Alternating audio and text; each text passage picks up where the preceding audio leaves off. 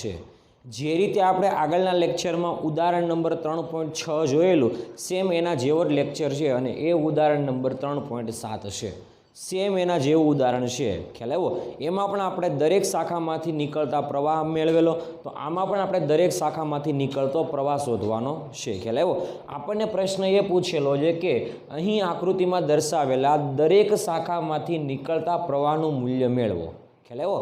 અહીંયા શાખાઓ ઘણી બધી છે, ધ્યાનથી જુઓ। એ બી શાખા છે એમાંથી I2 જેટલો પ્રવાહ નીકળે છે, એ સી શાખા છે એમાંથી I1 જેટલો પ્રવાહ નીકળે છે, એ ડી શાખા છે એમાંથી I1 - I2 જેટલો પ્રવાહ નીકળે છે। આ પ્રવાહ તમને કેટલો નીકળે છે I1 I2 કે I1 - I2 એ તમને આપેલો છે, એટલે એ તમારે મેળવવાનો છે નહીં, ખ્યાલ આવ્યો। અને અહીંયા આગળ તમને 2 કોષ આપેલા છે અને ઘણા બધા અવરોધો આપેલા છે, એટલે આ સર્કિટ જે છે એ જટિલ પરિપથ કહી શકાશે, ખ્યાલ આવ્યો। એટલે આનો ઉપયોગ એટલે કે આપણે જટિલ પરિપથમાં જ્યારે કોઈ પણ પ્રવાહનું મૂલ્ય મેળવવું છે ત્યારે ઓહમના નિયમનો ઉપયોગ નહીં કરવાનો, ત્યારે આપણે કિર્ચોફના નિયમનો ઉપયોગ કરવાનો, ખ્યાલ આવ્યો આ વસ્તુમાં। ઓકે, આમાં આપણે કિર્ચોફના નિયમનો ઉપયોગ કરવાનો છે। કિર્ચોફના 2 નિયમો હતા। કિર્ચોફનો પ્રથમ નિયમ એટલે જંકશનનો નિયમ હતો અને કિર્ચોફનો બીજો નિયમ એટલે બંધ માર્ગ માટેનો નિયમ હતો, ખ્યાલ આવ્યો। તો અહીંયા આગળ આપણે શું કામ કરવાનું છે તો કે કિર્ચોફનો બીજો નિયમ લગાડવાનો છે શરૂઆતમાં, ખ્યાલ આવ્યો। કયા માર્ગ ઉપર આપણે કિર્ચોફનો નિયમ લગાવીએ તો કે માર્ગ બરાબર ધ્યાનથી જોજો। આપણે કિર્ચોફનો બીજો નિયમ પહેલાં આપણે આ માર્ગ ઉપર લગાવીએ, એ બી સી એ। આ માર્ગ ઉપર આપણે પહેલાં કિર્ચોફનો બીજો નિયમ લગાવીએ તો આપણે લખી શકાય કે બંધ માર્ગ એ બી સી એમાં કિર્ચોફનો બીજો નિયમ લગાડતા, ખ્યાલ આવ્યો।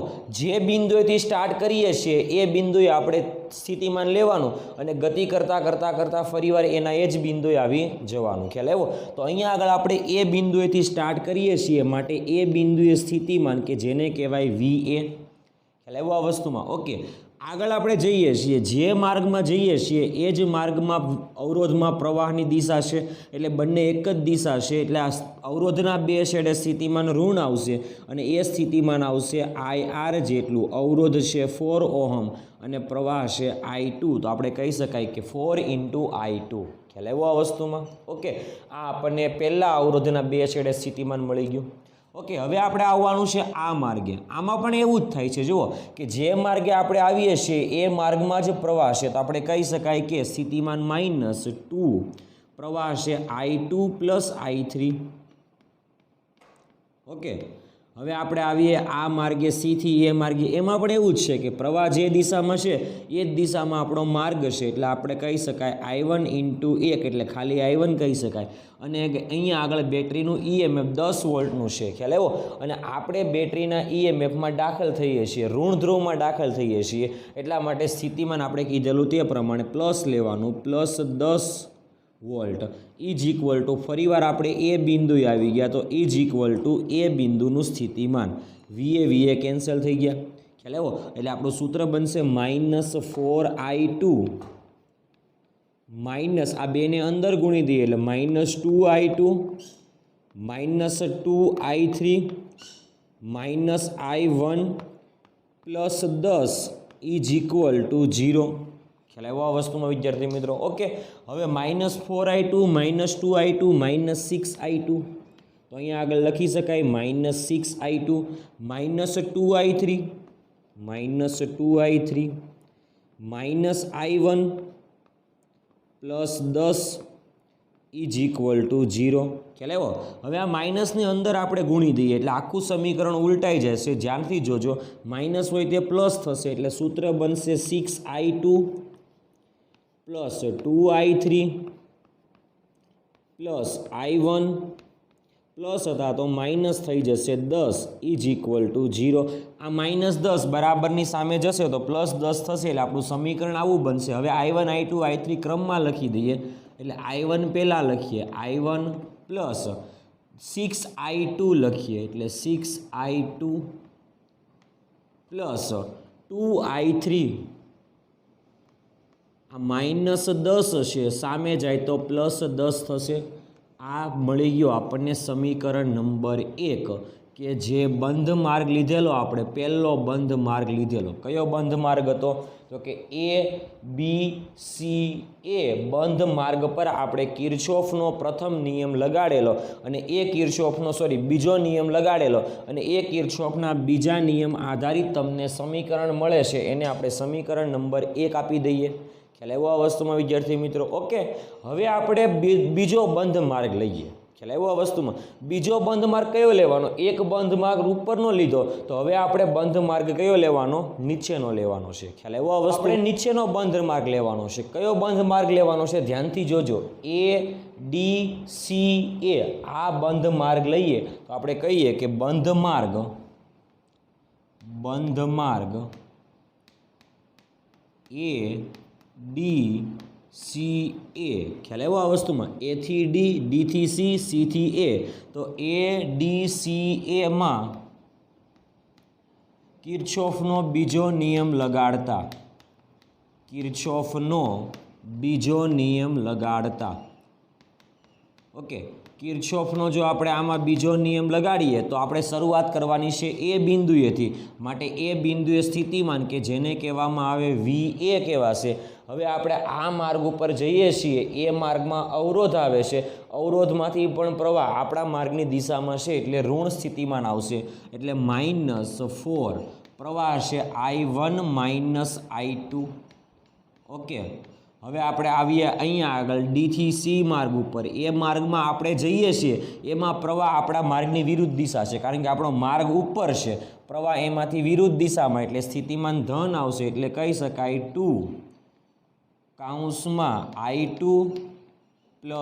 I3 - I1 ઓકે હવે જવાનું છે આમ જે માર્ગમાં જઈએ છીએ એ માર્ગમાં જ પ્રવાહ આવે છે I1 જેટલો પ્રવાહ છે અવરોધ 1 છે એટલે -I1 × 1 એટલે -I1 હવે ઋણ સ્થિતિમાનમાં દાખલ થઈએ છીએ એટલે +10 વોલ્ટ આપણું સ્થિતિમાન = ફરીવાર આપણે એ બિંદુ આવી ગયા એટલે ફરીવાર એ બિંદુનું સ્થિતિમાન કહી શકાશે VA ઓકે VA કેન્સલ હવે આપણે આ -4 ને અંદર ગુણી નાખીએ એટલે સૂત્ર આવશે 4I1 +4I2 પ્લસ આમાં આવશે એટલે 2I2 + 2I3 અહીંયા આગળ આની સાથે ગુણાશે એટલે -2I1 - I1 + 10 = 0 થશે ઓકે -4I1 - 2I1 એટલે -6I1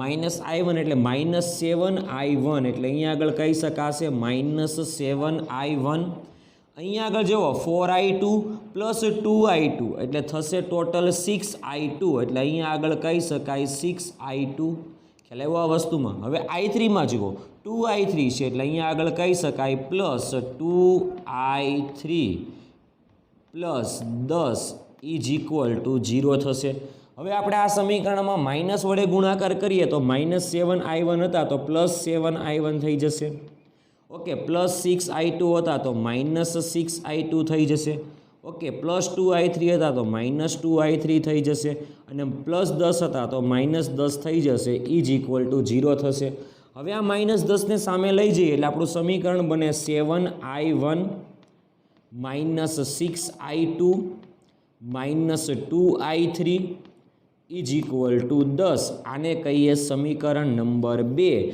તો આ સમીકરણ નંબર 2 જે છે એ કિર્ચોફના બીજા નિયમ આધારિત બીજા બંધ માર્ગ મારફતે આપણે લીધેલું છે તે સમીકરણ મળે છે ખ્યાલ આવ્યો આ વસ્તુમાં વિદ્યાર્થી મિત્રો ઓકે એક ઉપરનો બંધ માર્ગ લીધો તેનું સમીકરણ મળ્યું બીજો બંધ માર્ગ નીચેનો લીધો તેનું બીજું સમીકરણ મળ્યું હવે આપણે ત્રીજો બંધ માર્ગ લેવાનો છે હવે તમને આઈડિયા આવી ગયો હશે એકવાર આ બંધ માર્ગ લીધો એકવાર આ બંધ માર્ગ લીધો હવે એકવાર આપણે આ બંધ માર્ગ લેવો પડશે તો આપણે કહી શકાય કે બંધ માર્ગ BCDA માટે તો બંધ માર્ગ BCDA એટલે જો BCD E થી A કહી દઈએ સોરી BCD E થી B સોરી એ નહીં E થી ફરીવાર ક્યાં જવાનું છે B એટલે આખો માર્ગ થશે BCD E થી ક્યાં જવાનું છે B માર્ગ પર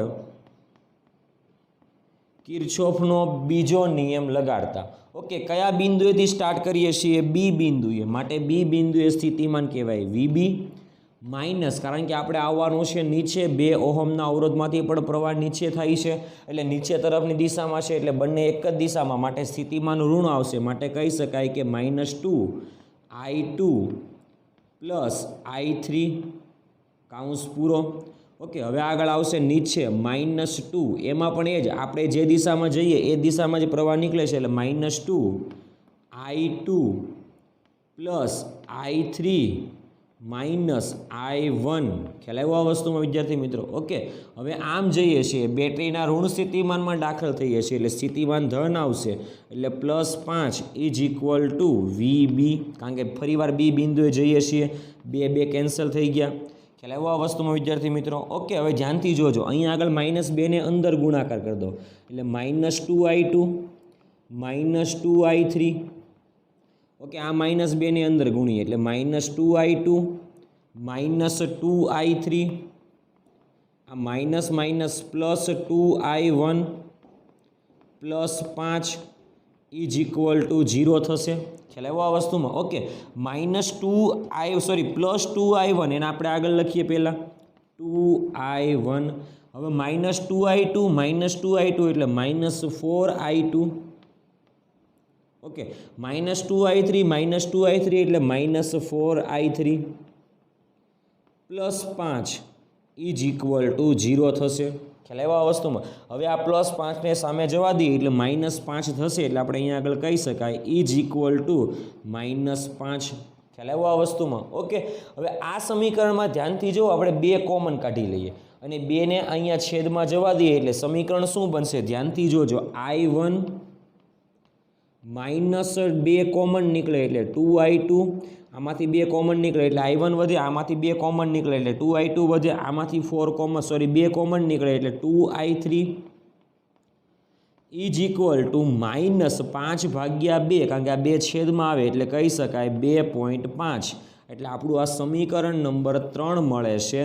આ સમીકરણ નંબર 3 એ ત્રીજા બંધ માર્ગના લૂપ માટે મળે છે. ખ્યાલ આવ્યો આ વસ્તુમાં વિદ્યાર્થી મિત્રો? ઓકે, એટલે આપણને 3 સમીકરણ મળેલા છે. સમીકરણ નંબર 1, સમીકરણ નંબર 2 અને સમીકરણ નંબર 3. ખ્યાલ આવ્યો આ વસ્તુમાં? ઓકે, 3 બંધ માર્ગ માટેના સમીકરણ મળેલા છે. ખ્યાલ આવ્યો? હવે આ 3 સમીકરણોનો ઉપયોગ કરીને આપણે I1, I2 અને I3 મેળવવાના છે.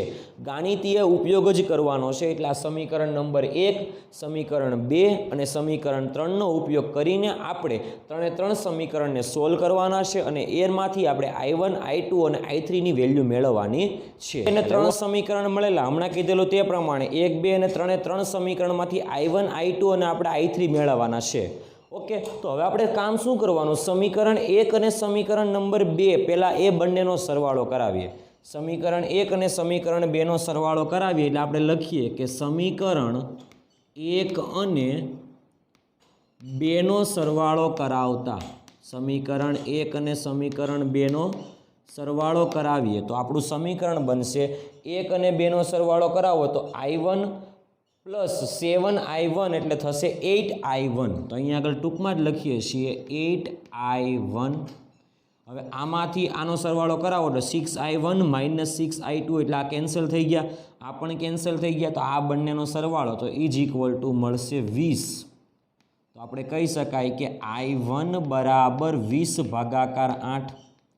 ખ્યાલ આવ્યો આ વસ્તુમાં? આને ટૂંકમાં લખી શકાય I1 = 20/8 એટલે 5 અહીંયા આગળ આપણે કહીએ ગુણાકાર તો 5 × 4, અહીંયા આગળ આવશે 4 × 2. ઓકે, 4 કેન્સલ, તો ઉપર વધશે 5, નીચે વધશે 2, તો I બરાબર આપણે કહી શકાય કે 5/2 એમ્પિયરનો પ્રવાહ I1 માંથી નીકળશે. એટલે I1 કેટલા એમ્પિયરનો પ્રવાહ હશે? તો કે 5/2 એમ્પિયરનો પ્રવાહ હશે. એટલે આપણે કહી શકાય કે I ની વેલ્યુ કેટલી હશે? પણ I1ની વેલ્યુ, તો I1ની વેલ્યુ હશે 5/2 જેટલી હશે. ખ્યાલ આવ્યો? આ આપણને I1 મળી ગયો.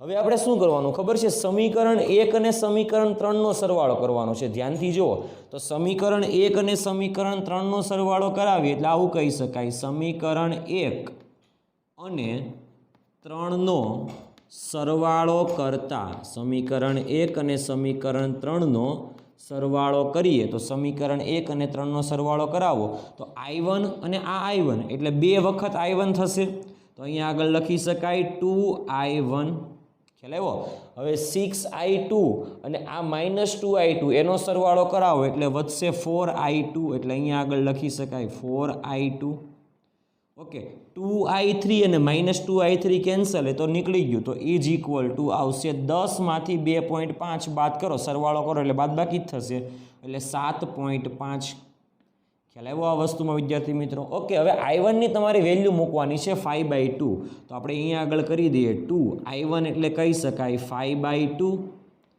Plus 4I2 is equal two 7.5 થશે ઓકે 2 કેન્સલ થઈ ગયા એટલે અહીંયા આગળ વધશે 5 plus 4I2 is equal two 7.5 હવે આ 5 સામે જાય તો અહીંયા આગળ લખી શકાય 4I2 ઇઝ ઇક્વલ ટુ 7.5 માંથી 5 બાદ થશે એટલે વધશે 2.5 ઓકે તો I2 ઇઝ ઇક્વલ ટુ આપણે કહી શકાય I2 is equal to 2.5 divided by 4 તો આને આપણે આવી રીતે લખી શકાય I2 બરાબર 25/40 ઓકે તો આની ગણતરી કરશો એટલે તમને I2 મળશે I2 બરાબર 5/8 એમ્પિયર કારણ કે અહીંયા આગળ 5 વધશે અને નીચે 8 વધશે તો 5/8 એમ્પિયરનો પ્રવાહ I2 જેટલો હશે ખ્યાલ આવ્યો એટલે I2 બરાબર તમને મળશે 5/8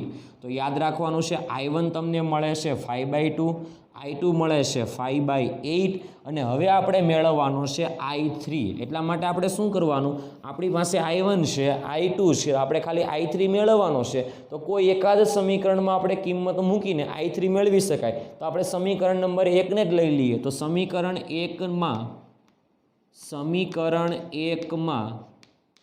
I1 અને I2 ની કિંમત મૂકતા I1 અને I2 ની કિંમત મૂકતા તો I1 અને I2 ની જો તમે કિંમત મૂકી દો સમીકરણ નંબર 1માં I1 બરાબર આપણને આપેલા છે 5/2 એટલે આપણે પહેલાં I1 નું સમીકરણ લખી નાખીએ સમીકરણ 1 તો I1 plus 6I2 plus 2I3 is equal two 10 હવે આમાં આપણે I1 અને I2 ની કિંમત મૂકી દઈએ I1 છે 5/2 તો અહીંયા આગળ લખી શકાય 5/2 માઇનસ 6 I2 આપણને આપેલા છે 5/8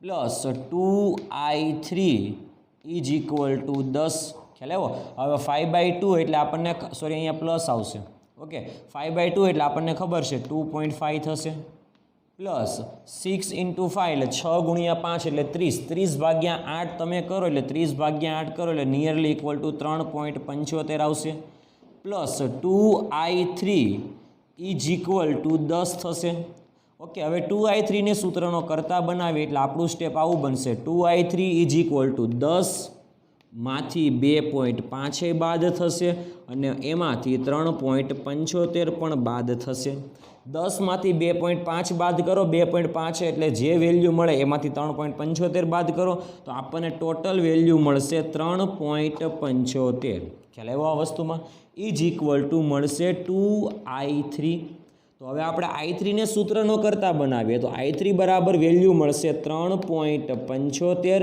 ડિવાઇડેડ બાય 2 ખ્યાલ આવ્યો 3.75 ડિવાઇડેડ બાય 2 અને આવું કહી શકાય કે 375/200 ખ્યાલ આવ્યો તો આને કહેવામાં આવે I3 માટે I3 બરાબર જો આપણે વેલ્યુ લખવી હોય તો આટલી લખી શકાય 15/8 ખ્યાલ આવ્યો આ વસ્તુમાં વિદ્યાર્થી મિત્રો ઓકે તો 15/8 એમ્પિયર જેટલો પ્રવાહ I3 જેટલો હશે એટલે I3 બરાબર 15/8 જેટલો પ્રવાહ હશે એટલે આ ખાસ યાદ રાખવાનું છે ખ્યાલ આવ્યો આ વસ્તુમાં 3 સમીકરણને સોલ્વ તો ગમે તે રીતે કરી શકાશે એવું નહીં કે એક જ રીતથી સોલ્વ કરી શકાય ગમે તે રીતેથી સોલ્વ કરી શકાશે ખ્યાલ આવ્યો એટલે આપણે 3 સમીકરણ મળવા જોઈએ I1 I2 અને I3 એ કયા સમીકરણ તો કે સમીકરણ 1 2 અને 3 ને આપણે જો સમીકરણને વ્યવસ્થિત રીતે સોલ્વ કરશું કરશું તો આપણને I1ની વેલ્યુ 5/2 મળશે, I2ની વેલ્યુ 5/8 મળશે અને I3ની વેલ્યુ 15/8 એમ્પિયર જેટલી મળશે. ખ્યાલ આવ્યો આ વસ્તુમાં વિદ્યાર્થી મિત્રો? ઓકે,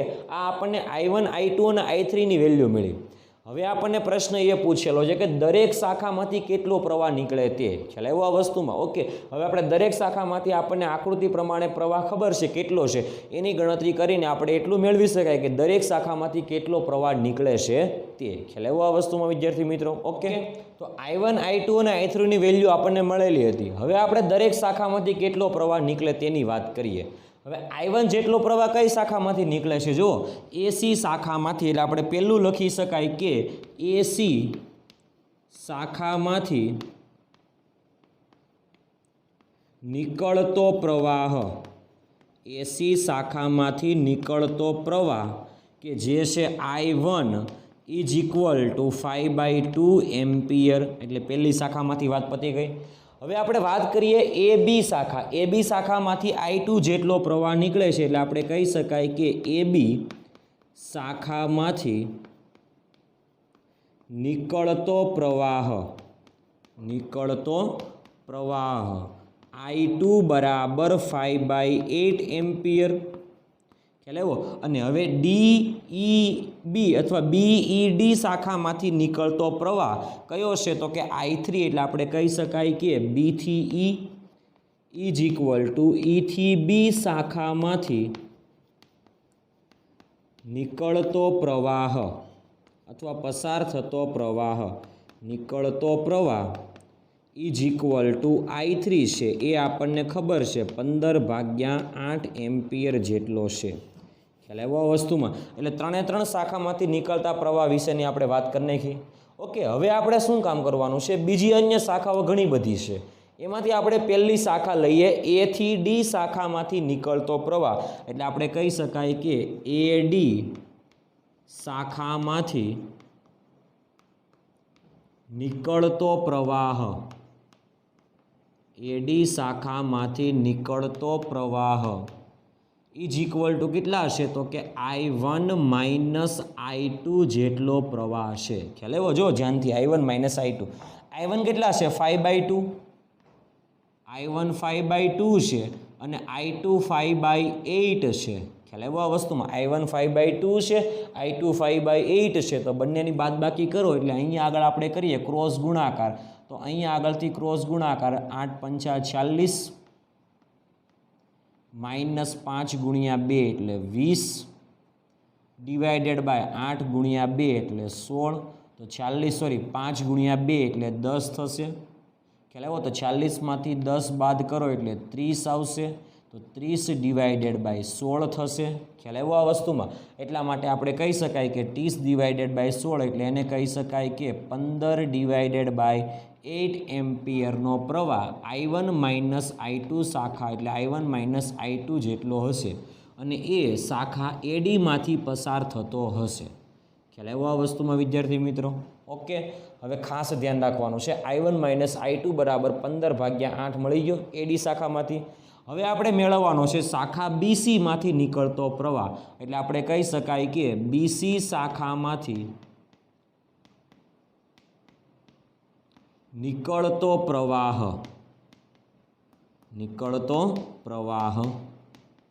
ઇઝ ઇક્વલ ટુ આપણને આપેલા છે I2 પ્લસ I3.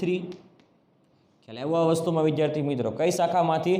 તો કે BC શાખામાંથી નીકળતો પ્રવાહ I2 પ્લસ I3. તો I2 આપણને આપેલા છે 5/8 અને I3 આપણને આપેલા છે 15/8. ખ્યાલ આવ્યો? તો આપણે આનો ગુણાકાર કરીએ તો 15 લસા લઈ લઈએ 8, 15 ને 5 થશે 20. તો 20/8 કરીએ એટલે આપણે નિયરલી ઇક્વલ ટુ આપણને વેલ્યુ મળશે 5/2.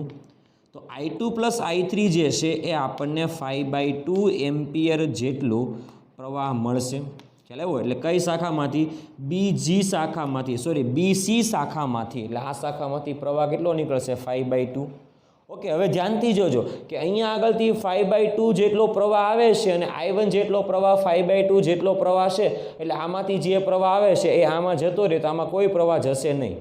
અને બીજી વસ્તુ એ કે આમાંથી I1 માઇનસ I2 એટલે 5/8 સોરી 15/8 તો 15/8 જેટલો પ્રવાહ આવે છે તો એ I3 જેટલો પ્રવાહ આમ જાય છે કારણ કે I3 ની વેલ્યુ 15/8 છે એટલે બીજી રીતે પણ કહી શકાય કે આમાં કોઈ પ્રવાહ જશે નહીં. ખ્યાલ આવ્યો? એટલે આપણને એટલો તો આઈડિયા આવી જવો જોઈએ કે CD શાખામાંથી નીકળતો પ્રવાહ શૂન્ય હશે એટલા માટે કીધેલું બરાબર ધ્યાનથી જોજો. હવે આપણે કહી શકાય કે CD શાખામાંથી નીકળતો પ્રવાહ CD શાખામાંથી નીકળતો પ્રવાહ ઇઝ ઇક્વલ ટુ કેટલા હશે તો કે I2 plus I3 minus I1. I2 plus I3 I2 છે 15 સોરી I2 છે 5/8 અને I3 છે 15/8 એટલે આપણે ખાલી કિંમત જ મૂકવાની છે. I2 ની વેલ્યુ આપણી પાસે છે 5/2 સોરી 5/8 પ્લસ I3 ની વેલ્યુ છે 15/8 અને એમાંથી બાદ કરવાની છે I1 ની વેલ્યુ છે 5/2.